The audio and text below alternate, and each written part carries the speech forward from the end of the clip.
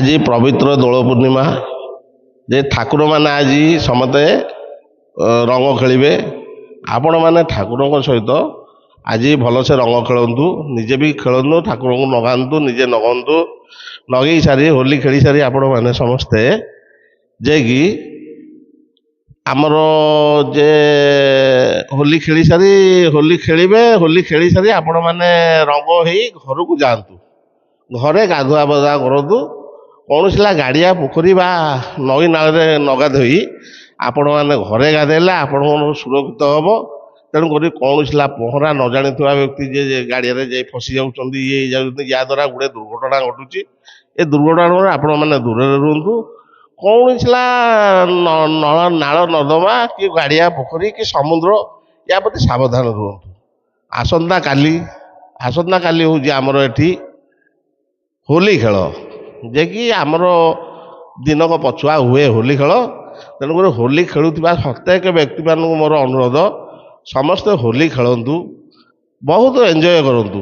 ଯେ କି ରାସାୟନିକ ରଙ୍ଗ ନ ଲଗେଇ କେବଳ ଫଗୁରେ ହୋଲି ଖେଳନ୍ତୁ।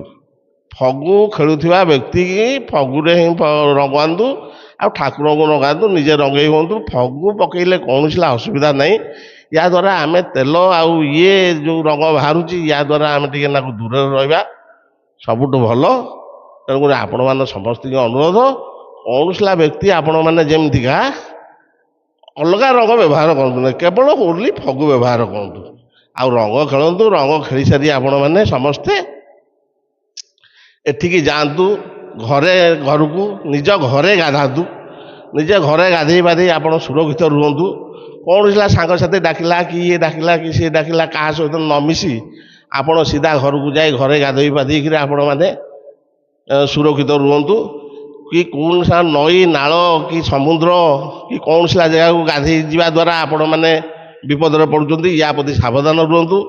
ବେଶୀ କରି ମୁଁ ଯୁବପିଢ଼ିମାନଙ୍କୁ ଅନୁରୋଧ କରୁଛି, ଆଜିକାଲିର ଯେଉଁ ଯୁବପିଢ଼ି ସବୁ ବାହାରିଛନ୍ତି, ଏମାନେ କୌଣସି କଥାକୁ ନ ମାନିବାକୁ ପ୍ରସ୍ତୁତ ହେଉଛନ୍ତି। ସେମାନଙ୍କୁ ମୋର ଅନୁରୋଧ ଯେ କି ନିଶା ଦ୍ରବ୍ୟଠୁ ଦୂରରେ ରହି ଅଲଗା ମାନଙ୍କୁ ମନା କରନ୍ତୁ ନିଶା ନ ଖାଇବା ପାଇଁ। ତେଣୁକରି ସେମାନଙ୍କୁ ମୋର ଏତିକି ଅନୁରୋଧ ରହିଲା ଯେ କି କୌଣସି ବ୍ୟକ୍ତି କେବେ ନିଶା ଖାଇବା ପାଇଁ ଚେଷ୍ଟା କରନ୍ତୁ ନାହିଁ, କି ଅଲଗା ଲୋକଙ୍କୁ ନିଶା ଖୁଆନ୍ତୁ ନାହିଁ। ଏହାଦ୍ୱାରା ଆମର ବହୁତ କ୍ଷତିକାର ହେଉଛି। ନିଶା ଖାଇ ଆମେ ଗାଡ଼ି ଚଲାଉଛି, ଆମେ ଅସୁରକ୍ଷିତ ଭାବେ ଗାଡ଼ି ଚଲାଉଛେ, ଆଉ ଗୋଟାକୁ ଯାଇକରି ଆମେ ଧକ୍କା କରୁଛେ, ଯେ କି ଭଲ ମଣିଷ ଏହାଦ୍ୱାରା ମରିଯାଉଛନ୍ତି। ଆମେ ନିଶା ଖାଇକି ଯାଇ କାହାକୁ ଗାଡ଼ି ପିଟି ଦେଲେ କିଏ ଗୋଟେ ଭଲ ମଣିଷଟେ ମରିଯାଉଛି। ଏହାଦ୍ୱାରା ବହୁତ ସମାଜର କ୍ଷତି ହେଉଛି। ଏ ସମାଜ କେମିତି ଶିକ୍ଷା ପାଇବ, ଭଲ ମନ୍ଦ ପାଇବ, ଏହାଦ୍ୱାରା ଆପଣମାନେ ଟିକେ ସତର୍କ ହୁଅନ୍ତୁ। ସମସ୍ତେ ସମସ୍ତଙ୍କୁ ବୁଝାନ୍ତୁ। ବୁଝେଇଲେ ଆମର ଜିନିଷ ସୁରକ୍ଷିତ ରହିବ, ଆମେ ସୁରକ୍ଷିତ ରହିବା, ଦେଶ ସୁରକ୍ଷିତ ରହିବ, ରାଜ୍ୟ ସୁରକ୍ଷିତ ରହିବ, ଗାଁ ବି ସୁରକ୍ଷିତ ରହିବ। ସମସ୍ତେ ସୁରକ୍ଷିତ ରହିଲେ ତା ଦେହରେ ନିଜେ ବି ସେଫ୍ ରହିବେ। ହଁ, ଆପଣ କାଇଦାରେ ରୁହନ୍ତୁ, ଫାଇଦା ପାଇବେ। ଆଉ କାଇଦା ରହିଲେ ତ ଫାଇଦା ପାଇବେ, ନହେଲେ କାଇଦାରେ ନ ରହିଲେ ଆପଣ କେଉଁଠି ନଈ ନାଳରେ ଭାସିବେ, କେଉଁଠି ପୋଖରୀ ଗାଡ଼ିଆରେ ଭାସିବେ, କେଉଁଠି ସମୁଦ୍ରରେ ଭାସିବେ, ନିଶା ଗୁଡ଼େ ଖାଇକି ନିଜ ଜୀବନକୁ ହରାଇବେ। ଇଏ ସବୁ ଜିନିଷ ନ କରି ଆପଣ ବହୁତ ସୁରକ୍ଷିତରେ ରୁହନ୍ତୁ। ଜୟ ଜଗନ୍ନାଥ।